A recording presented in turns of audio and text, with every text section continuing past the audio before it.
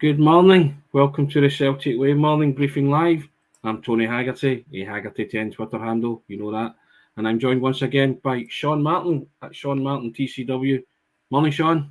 Morning, Tony. How you doing? I'm all right. It's Monday, the 12th of September. Quiet weekend, Sean. No football. You can't say happy Monday today, can you? Very quiet weekend. Very quiet.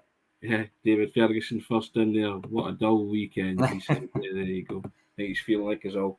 First things first, though, we'll direct you to our new sponsors, Football Prizes. And there you go, guys. Online now. For $3.95, you can get entered in the draw for a Celtic shirt signed by the full squad, signed by all the boys. Wonderful prize if you can win that. $3.95 to enter the draw, and we thank Football Prizes for their new sponsorship of the pod. And running along the bottom, if you know what I'm going to say here, hit that subscribe button. It's £1 for 2 months of full access to everything that's on the website and the YouTube videos. You join us, subscribe, www.celticway.co.uk/subscribe. And today also, guys, because it was a dull weekend, we're going to take your questions, queries, or whatever you want to throw into the comment section.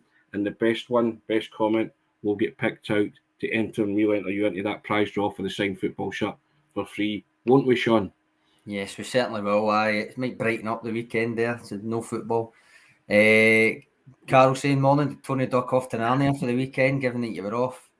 No, I didn't, but listen, I've told you, if Celtic beat Shakhtar or they win on their travels in the Champions League, I'll fling the doors of the wardrobe open for everybody to see. You'd be very disappointed, just close and stuff, but hey, you want a tour of the wardrobe, you can get it.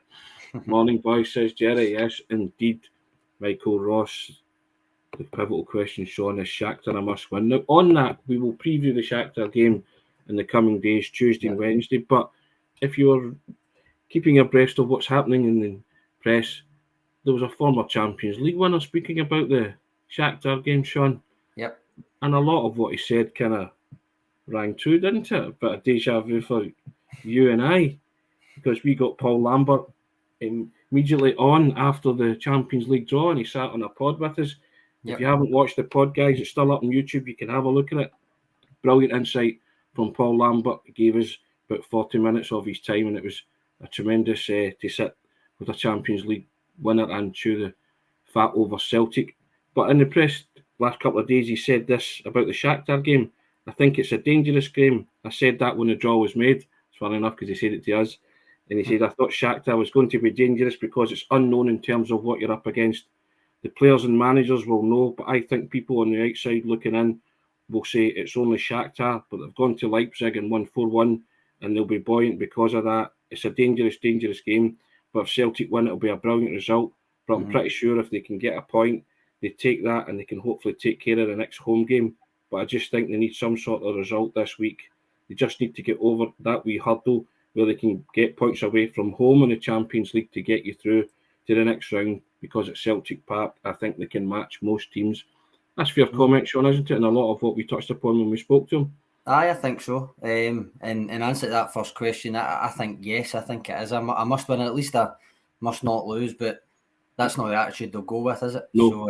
So yes, for all intents and purposes, it's a must win. We've got plenty to come about Shakhtar, Tony. We'll obviously preview over Tuesday, Wednesday properly. Don't like to be too repetitive and do it Monday, Tuesday, Wednesday. But we've got Retro Celtic here saying, what should we expect? We'll answer that question exactly on the website, because Stuart Ross is getting his scouting teeth into Shakhtar, looking a wee bit closer at them. Marian Shved obviously scored it again at the weekend. But yeah, he's even though he's scoring, there's another guy, Tony, that more than one person's now said looks as if he's going to be their danger man.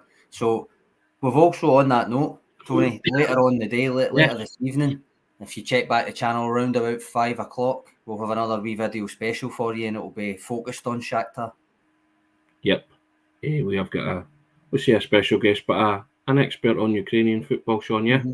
Yep. And as we like to do, we like to get somebody on to preview our opponents and just give Celtic fans a flavour of what they can expect. So, as Sean said, 5 o'clock, you'll see another special with myself, Sean, and another guest, and you can tune into that and get a bigger handle on Shakhtar Donetsk. Now, over the weekend, Sean, we also put up another video on the YouTube channel. We spoke about the life and legacy of Jock Stein with the wonderful Johnny Owen, who was a fantastic guest. And I urge you to watch that. He was in great form, wasn't he, Sean? If you haven't watched that already. Thoroughly enjoyable, Tony, wasn't it? Yeah, Sean's put the link in the comment section there, guys. You want to go and have a wee reminisce about Jock Stein, the life and legacy of Jock Stein, because it was the anniversary of his sad passing on Saturday, and myself, Sean, and Johnny Owen had a wee sit down and spoke about all things Celtic and all things Jock Stein, and it was wonderful. We let Johnny do a lot of talking, didn't we, Sean? Yeah, but it's good listening to him, isn't it? Yeah, after all, he's the one that literally made the documentary. So he did indeed. The Three Kings documentary. If you haven't watched that either, guys, you can watch that on Amazon and Netflix, I believe. Have a view on that. It's a tremendous film about Three Kings being Bill Shankly, Sir Matt Busby, and Jock Stein, and how they built Liverpool, Manchester United, and Celtic up into the clubs that they are today. It's well worth the watch. But yes, indeed, it's been a quiet weekend in terms of Celtic. Sean, a lot of people were looking forward to the weekend fixture against Livingston. Circumstances dictated that wasn't going to happen. So we now move on to the Champions League on Wednesday. But you got that feeling you were really missing it, weren't you, over the weekend, the football? Aye, I mean, I think everybody will be much the same. Most people anyway will be much the same. That it's not quite the same when there's no games at all, especially once it started, because obviously during the summer you go without, but once it starts again, you don't expect it not to be there, that kind of thing. Yeah, indeed. But now, Sean, you wanted to touch upon something else which you like to do every now and again when it's a quieter time, and you've been looking at the loan guys, haven't you, from Celtic, in particular, Vasilis Barkas, Mikey Johnston, Ismaila Soro, and mixed bag of a weekend for all of them, wasn't it? I mean, there's a lot more than that just out on loan. There's nearly double figures out on loan. But David Ferguson preempting it, saying, "See, Barkas had a great game. Always knew he was a solid pair of hands." Shifty eyes emoji there, tongue furling cheek, I think. But no, I mean, you've got Mikey Johnston, you've got obviously Liam Scales, obviously no games that weekend for those kind of players. But then Barkas, Adam Montgomery, Ismaila Soro, Osaze Uragide, Ben Wiley, Johnny Kenny, Albion Ayeti, Liam Shaw, Connor Hazard. So there's more than just a couple out on loan. There's maybe some that people care more about than others, maybe. But to take David Ferguson's first, Barkas, he's played 6 games since joining Utrecht, Tony. 2 clean sheets, the second one of which was yesterday. David's quite right that he kept a clean sheet yesterday and had a decent game. They won 1-0. Beat Vitesse Arnhem 1-0. Conceded 10 though in his 6 games, Tony. Conceded 3 in 2 occasions. I think he's averaging about 4.5 saves a game. So ultimately, I think that the aim for Barkas, as with a couple of these guys, is not to stake a claim, but to put the price up and make somebody want to buy them. That kind of thing. So in that sense, I suppose if you see more comments like David saying, "See, Barkas had a great game," it's actually a good thing for Celtic. Yeah, of course. Indeed, yeah. I mean, but as you rightfully say, 6 games, conceded 10. Still, you weigh that up, don't you? For every yang, there's a yang. I suppose it depends on, because he's obviously not playing for Celtic anymore. They're not. Utrecht aren't going to win every game. It's not that kind of job that he's in, and he's also playing more long passes. He's not like the way that he would be expected to play for Celtic. The thing that made it an argument, if you know what I mean, that he suited Celtic.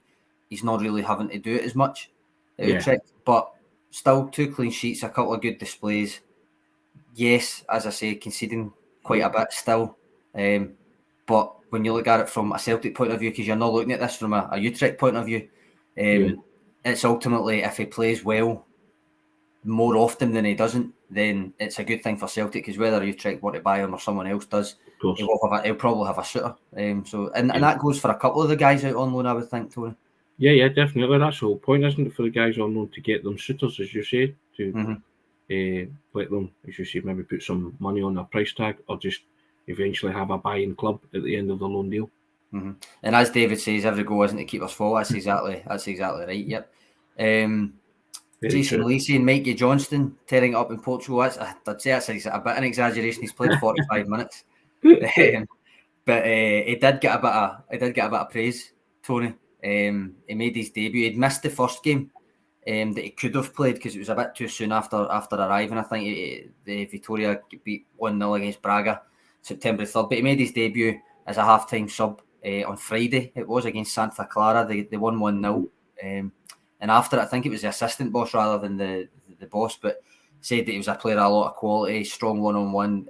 You can see the impact of having spent many years at Celtic and different things. But notably, what he kind of said was that tactically introducing Mikey Johnston allowed them to kind of change a wee bit to get that win. And it wasn't really singling out Johnston as being the difference. Yeah. It was more putting him on, allowed them to change shape a wee bit, and allowed the fullback that had come off to kind of the fullback that was starting to kind of bomb on a wee bit and different things. So it was still a compliment, and he still said the quality thing about him and stuff. But again, I mean, I wouldn't go quite as far as Jason saying he's turned it up after 45 minutes, but I'll keep an eye on it. And listen, you can only take it with the chances that you get, and obviously everybody wants. He's still under contract at Celtic, got that extra year. Yep. So the intention with him is not the intention, I would say, with Barkas. I would say it's a big show of faith, and they do want him to come back and see how he's done. So with that in mind, you want that 45 minutes to turn into 90, and you want that to be a run of games, which has always been the thing with Mikey Johnston, isn't it? Of course, indeed. Yes, exactly. That's it. You want him to get a consistent run of games. Lots of people in the comments, Sean, talking about must win, not lose Shakhtar game. We'll come to that in due course on the Tuesday. We've got 2 days worth of programme still to fill, guys. So we'll get to it. We'll get to it. Yeah, So there you go. Yeah, and also the results and a starting lineup, things like that. Sean, we'll touch upon that in the days that lie ahead. We'll have plenty of the scouting report, the video preview, the predicted lineup, score predictions, these kind of videos, which is obviously separate from the video special and stuff like that. But we try. Any other loan guys, Sean? I thought Zorro making the news, I believe. Oh, aye. Well, the thing is, right, I think Mikey Johnston's next game's against Aruca, who is that's where Ismaila Soro is on loan, but it doesn't seem as if they're going to face off against one another because perhaps unsurprisingly, Ismaila Soro gets sent off 12 minutes into the game at the weekend. He's been playing sporadically for Aruca though, and including, by the way, Tony, a stint at centre back.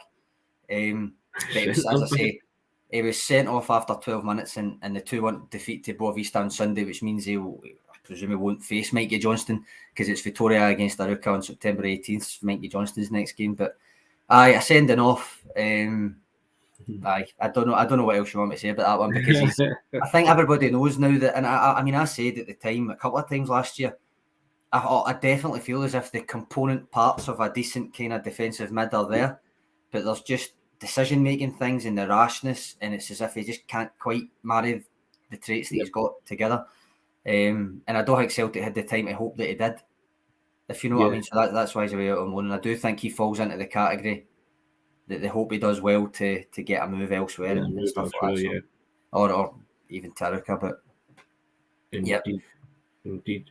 Sean, a couple of people putting in the comments about next Saturday's games. We're still waiting on an official verdict on that, aren't we? Still waiting, aye. I mean, the game on Wednesday, there's no reason that won't go ahead. I mean, we'll need to see about the weekend, but I would hope that it went ahead.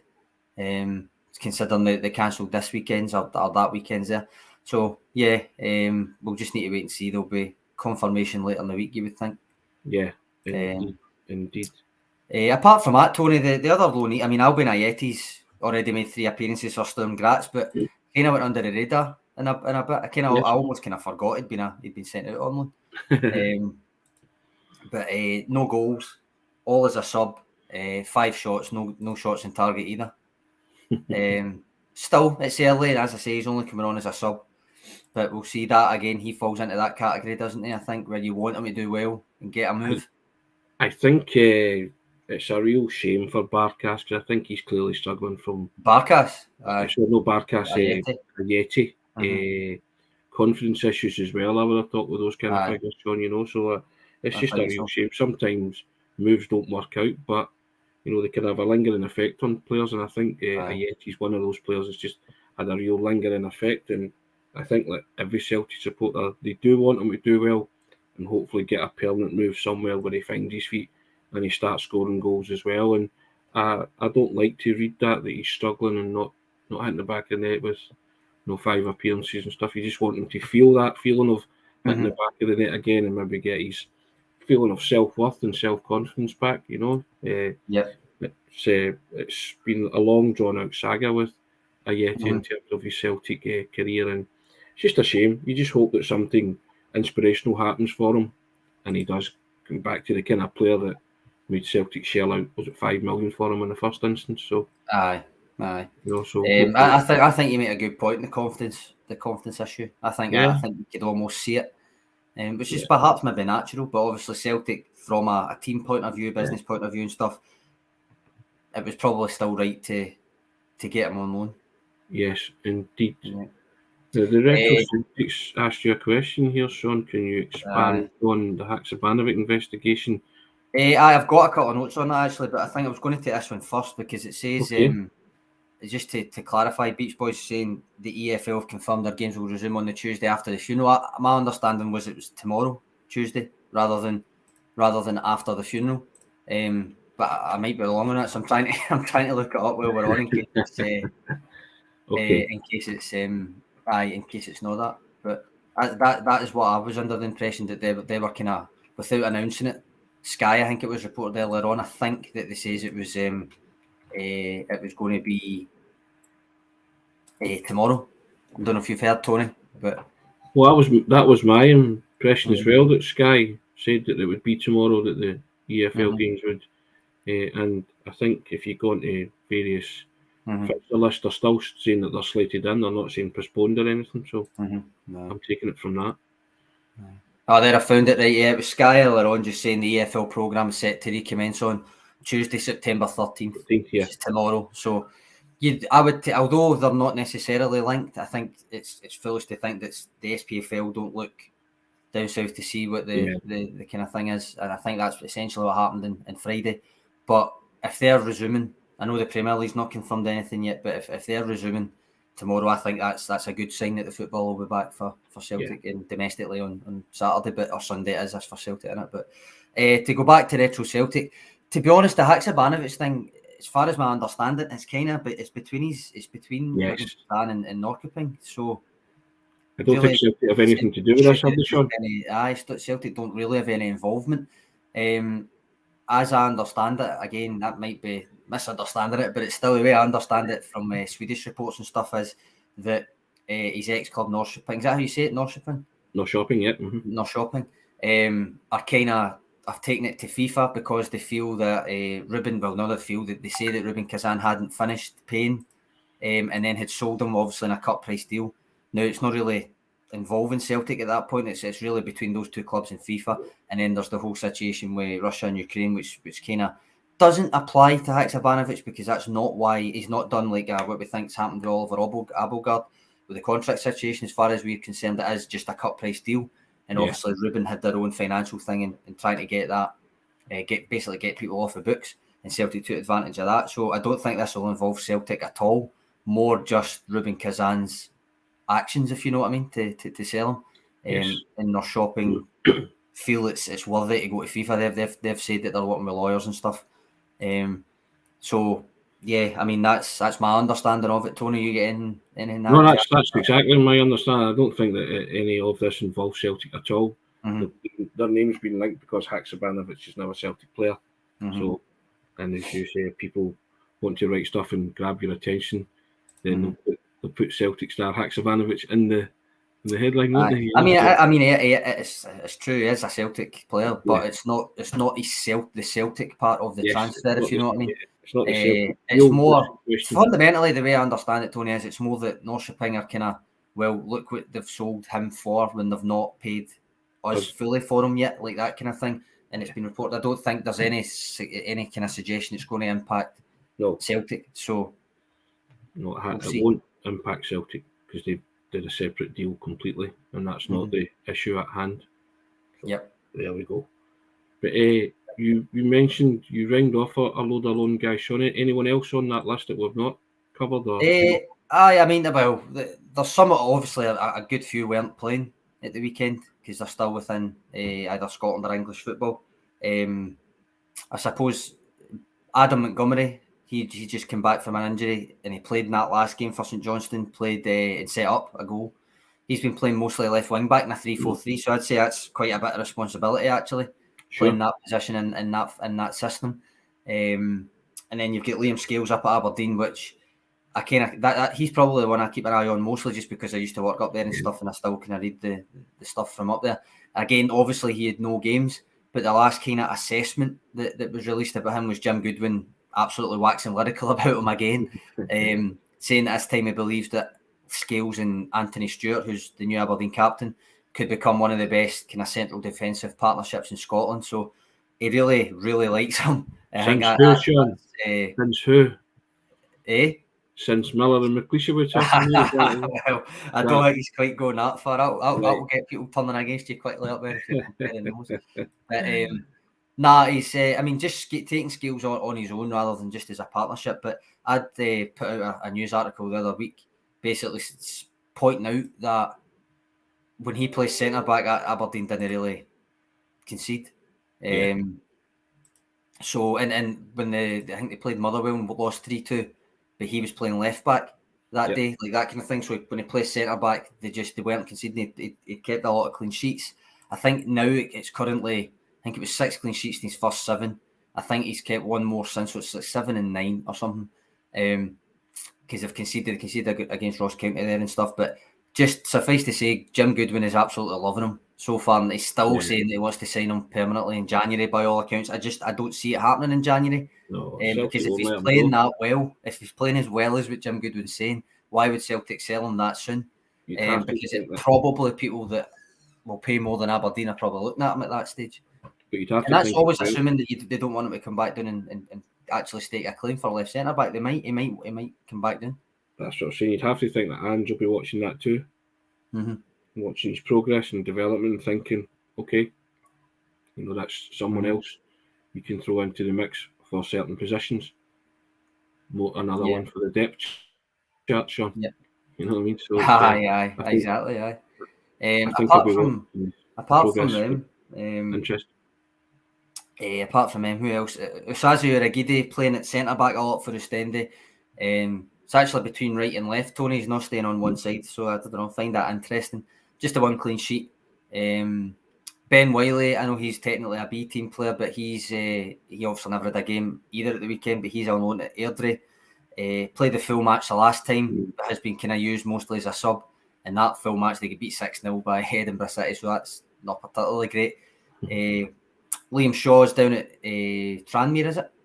Yes. Again, no game this weekend. Played the last time against Bristol Rovers, and he actually came out. I can have a look at his stats just because he's not someone I can say that I've looked at very closely, but he was obviously never really in the mix to get a game. But down south, his last game essentially that especially that 2-2 draw, his defensive stats were really quite impressive. He gets 7 aerial wins out of 8, but he'd also get 10 interceptions, Tony, which is quite a lot, even for a team that. Even for a team that maybe is playing more defensively, it's still quite a lot. So you get him. Johnny Kenny, just sub-appearances for Queen's Park, no game. But the one perhaps people forget about, because he's been on loan for more than this season, is Connor Hazard, Tony. Yeah. He's been HJK Helsinki's number 1 for months. A mainstay in the team, 12 clean sheets in 27 games. And he's now playing Europa League football as well, remember, because they're in the group stages. So I still don't think he's probably going to come back and get into the first team or anything. But in terms of actually going on loan and making an impact and doing what you can, he's up there. He's having a worthwhile experience, isn't he? Obviously, because of the Europa League group stage football as well. So that's the whole point of players going out on loan and getting that big game experience, Sean. Yeah. And get your questions and comments coming in, guys. If you want something answered, we'll endeavour to see if we can come up with a good answer. Retro Celtic, good luck to Scales. I hope it becomes an Aberdeen legend. I think that maybe a wee avenue into where Retro Celtic thinks Liam Scales' Celtic future lies. Yeah. He also says below here, Sean, he's looking forward to seeing Abelgard playing. Now, we don't know any kind of reports on his fitness or otherwise, but you expecting to see him soon, Sean? Yeah, I don't see why not. I mean, he'll have been. I know he didn't play much football, but he'll be have another couple. Well, especially with the weekend's games being off, he'll have another week behind him. He's in the squad for the Champions League, so he technically could play on Wednesday. I don't expect him to start. I don't know about you. He might be in the squad, but I don't expect him to start. I don't expect him to come straight in. So now you're looking at the domestic games after that. Yeah, I'm expecting him maybe to feature in the domestic games after that, but certainly not. Well, I mean, I think like you, he'll be on the bench and maybe he might feature to give him some game time. But I still think it's a bit too soon. But could be wrong. I've been wrong before, Sean. No, really. I don't know. It all depends how he's looking in training, I suppose. But ultimately, the midfield right now quite hard to break into it.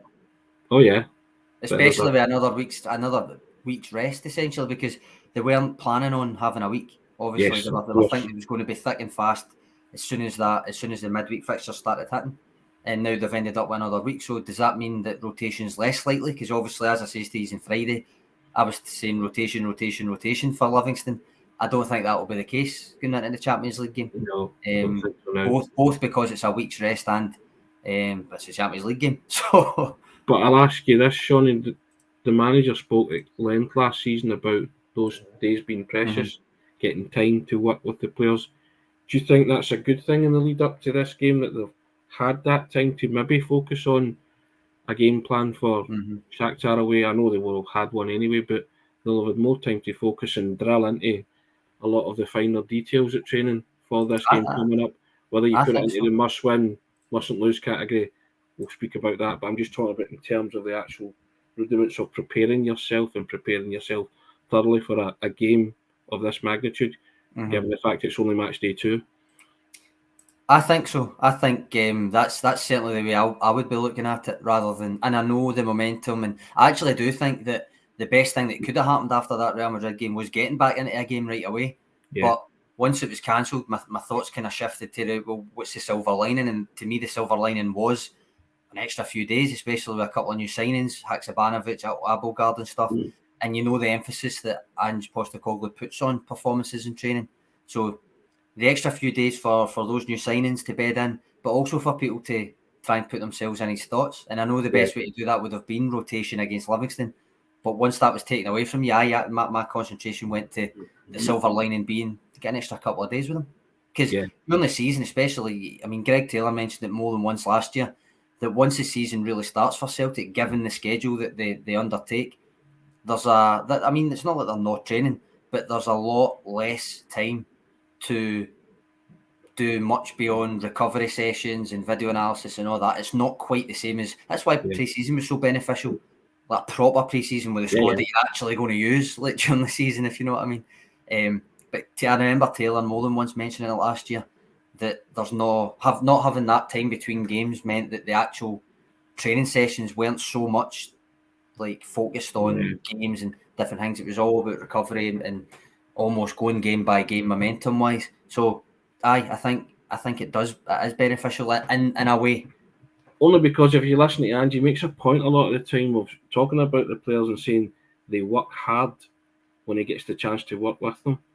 So I can only imagine that the last few days will have been hard and intense, and they will be sharp and they will be focused on the job at hand. Not saying they weren't, but the fact that he was still of the opinion that they showed up well against Real Madrid, but it has to get better. We need to start winning these matches. So that was my thought process behind that. He'll probably welcome the chance to iron out any of the things he thought, were deficient against Real Madrid. Yeah, I mean, I kind of disagree with that. It's a fair point. I do still fundamentally think the best thing that could have happened was to go straight back into a game, just by the nature of getting beat 3-0. And I realise it was an exhausting game as well, but that was where the rotation was going to come in. I just think once it was cancelled, my focus totally shifted to actually the beneficial side of it is that you get more time. He gets more time with them. They get more time with their teammates. And all right, it might not actually change the lineup. They might not force their way in for a Champions League game away at Shakhtar, but ultimately they'll be more ready to come on and make an impact if they are in the squad. And I think they will. I mean, Haksabanovic definitely will be. I think maybe Abelgard will be too. I just think, as you say, you have to focus on the positive that from that they've got extra time, and this game is now kind of proven to be a bit pivotal, isn't it? Mm-hmm. And the kind of way the the final group table will shape up. So it's it is. Well, it's the most important game because it's the next one, Sean. Bottom line. Mm-hmm. Sean Curran, what do you think of this comment, Tony? Quite relaxed about Europe this year because next year is a test when they've been blooded. No, I'm never relaxed about Europe. I want to make a fist of it. I told you before my thoughts on Europe. I want to have a rip at it and go right at it and get as far as we can in whatever competition we find ourselves in. But I want to finish top of the group. I know it's highly unlikely because you've got Real Madrid. If you can't finish top of the group, I want to finish second. And it's out in their own hands to finish second. And if they finish second in the group, they're going through to the knockout phase. You take who you get. And if they can't finish second, then finish third and qualify for the Europa and have a rip at that. So, I disagree, Sean, in the sense that I want Celtic to be competitive on all fronts. I don't see why they can't. I've always said that, and I believe we have a manager who feels the same way.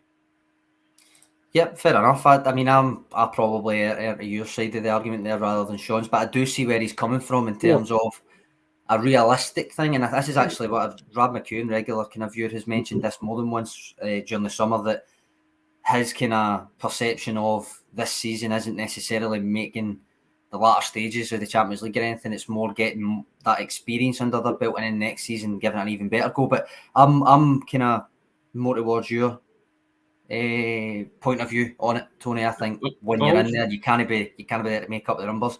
And I think that's what Ange Postecoglou's been saying. Yeah, so I also think as well we can't make any long-term plans in terms of management. We're going to do this next season. You saw in the last week the manager's been linked with other clubs. We have to get used to it because he's going to get linked with all on Sunday from now on in till he eventually leaves and somebody says we got it right. So I think the manager's very much of that as well. He's building a team to compete in the here and the now. And I get Sean's point. I'm not dismissing it at all. I think it's a valid point too.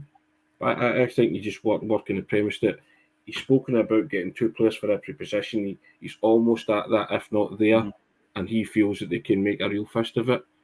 In Europe, be that the Champions League, be that the Europa League if they fall down into that. But they certainly haven't. I certainly think from what he's talking about that they're going to have a rip at it and see what it takes. Definitely, David Gillespie, would you like to see another Coronation Cup competition? Well, Celtic defending champions, I suppose, in it. So we've get a comment here, Tony, which I was going to come to next anyway. So I'll just throw it up. Retro Celtic says he would like to see Carter, Vickers, and Jens becoming the defensive partnership while Starfelt walk back into the defence when fit. Because of course, Carl Starfelt's facing another couple of weeks out. It was confirmed over the weekend. I think Maurice Jens is currently on the right trajectory to make it that Carl Starfelt is on the bench when he comes back, Tony. Yellow jerseys, Sean. Yep. I like to go with that, and I think Maurice Jens came in and did himself no harm. There's some, I think we've spoken about this, there are some distribution issues, aren't there? I mean, he's good with the ball. He's good with both his feet. I just feel he carries it a wee bit too long, but it'll come. But I've seen enough of him to see that I think he's certainly growing into his role, and he looks a bit more comfortable now with alongside Cameron Carter-Vickers. And I just think he's settled really well. And I don't have a downer on Carl Starfelt because I thought he'd come on to a cracking game by the end of last season. Scored a couple of goals this season and did very well. He's done nothing wrong. I just think you highlight the depth chart of that serious, stiff competition. And don't forget about Stephen Welsh as well. And I think Maurice Jens, the more and more you see of him, he's looking the part. And I think a lot of Celtic supporters might err on the side of, as Retro Celtic calls him, the big Mercedes. It's a great And I think he's proven to be a kind of popular player as well. whenever he speaks very well, and he looks like a player that's enjoying his role now, being given that responsibility, and he certainly doesn't look out of place. So flip of the coin stuff, but again, alongside Carol Starfelt, and I still think a lot of Celtic supporters are quick to jump down Carol Starfelt if he makes the slightest mistake or there's a lapse in concentration. But they're defenders, and that happens, doesn't it? No. I think I could take your point, yellow jersey and stuff, but I do think it's almost it's an unfortunate time for him to get injured again, isn't it? Because he kind of almost, I don't want to say get away with it, but like he got away with the injury being during the summer, which meant all right, he didn't get a full pre-season, but also Jens not arriving till a wee bit later in the window meant that it was kind of still Starfelt's jersey, if you know what I mean. Again.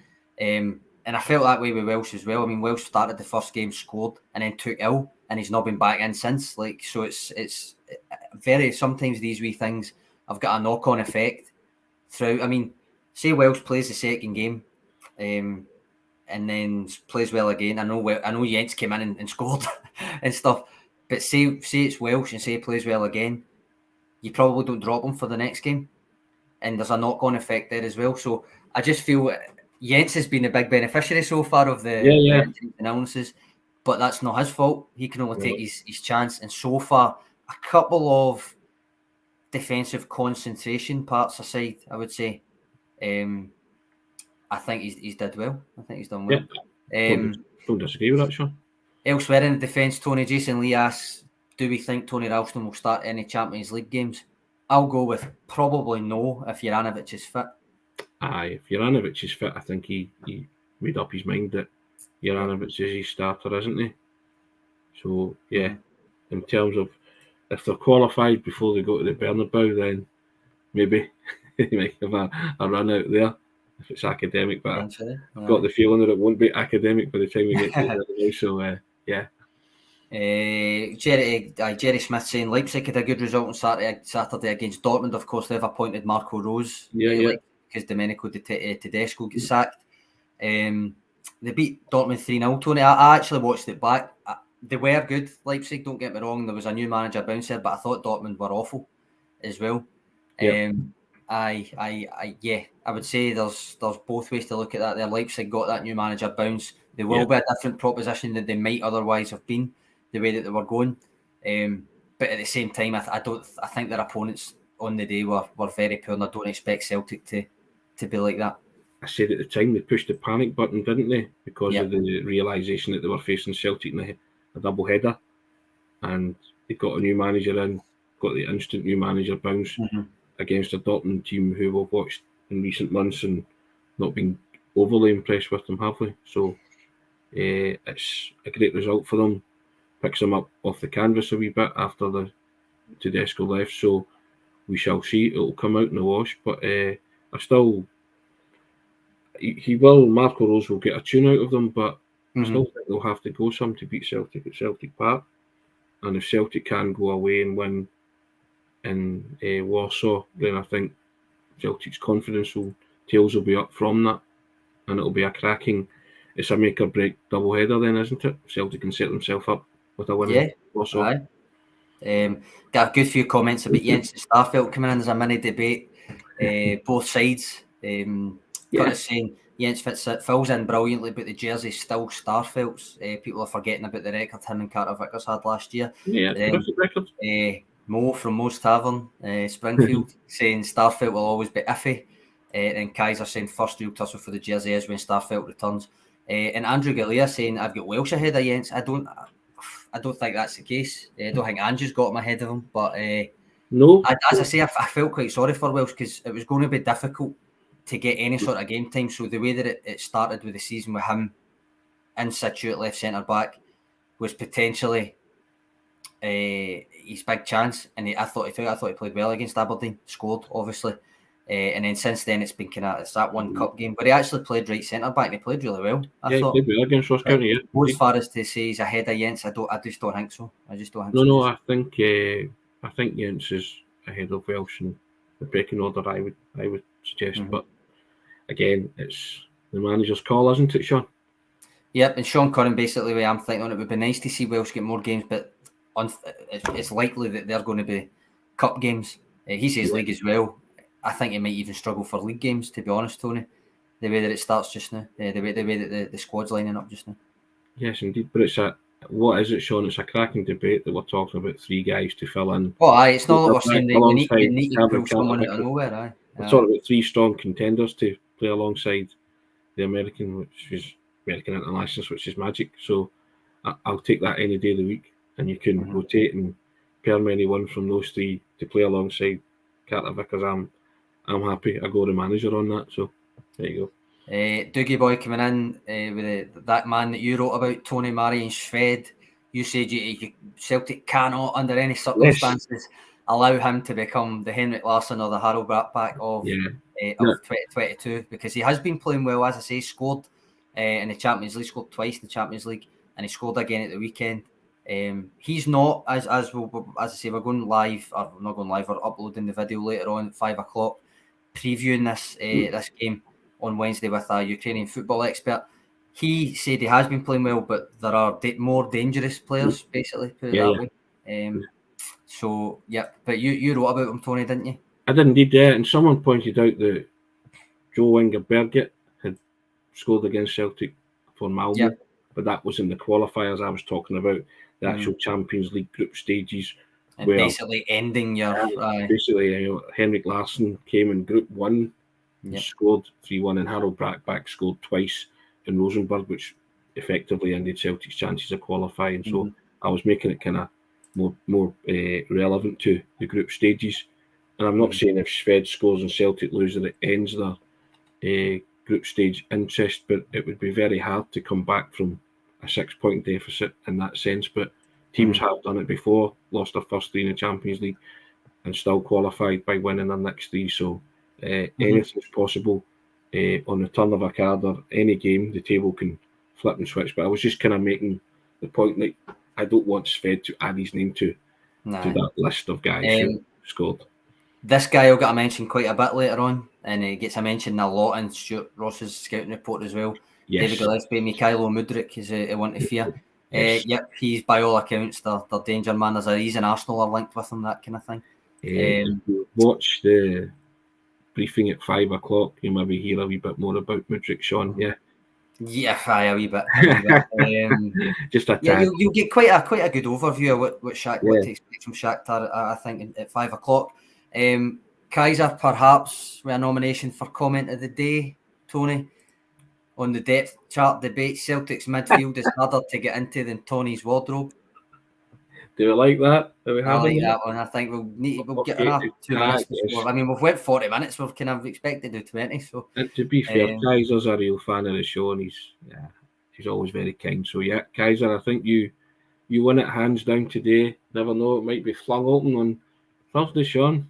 Yep. But Kaiser, if you give myself or Tony or the Facebook page or the Twitter account a DM, and we'll sort you with your free entry for this, Tony. Yeah, you know what to do, guys. In $3.95, you can get entered into the draw to win a Celtic shirt signed by the whole squad. It's online now. The link's in the description, and that's courtesy of our new sponsor, Football Prizes, and we thank them for their sponsorship of the morning briefing.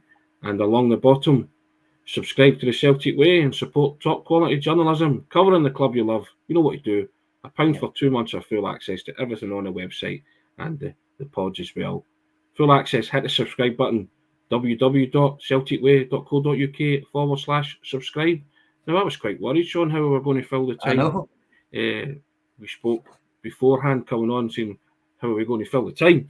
What are we going to talk about? And that's nearly 3/4 of an hour. Wow, it does fly in when you're talking about the Celtic, Sean. When you're talking about Celtic, there's never a dull day, is there? Quiet days, but never a dull day. Michael Ross, see you at 5, boys. Retro Celtic, can you please stay on for another hour? Love it. I would love to, Retro. Cheers. I now need to go and write about the Celtic evolution at some point today. But listen, guys, thank you so much. Thank you for your comments. We love the engagement.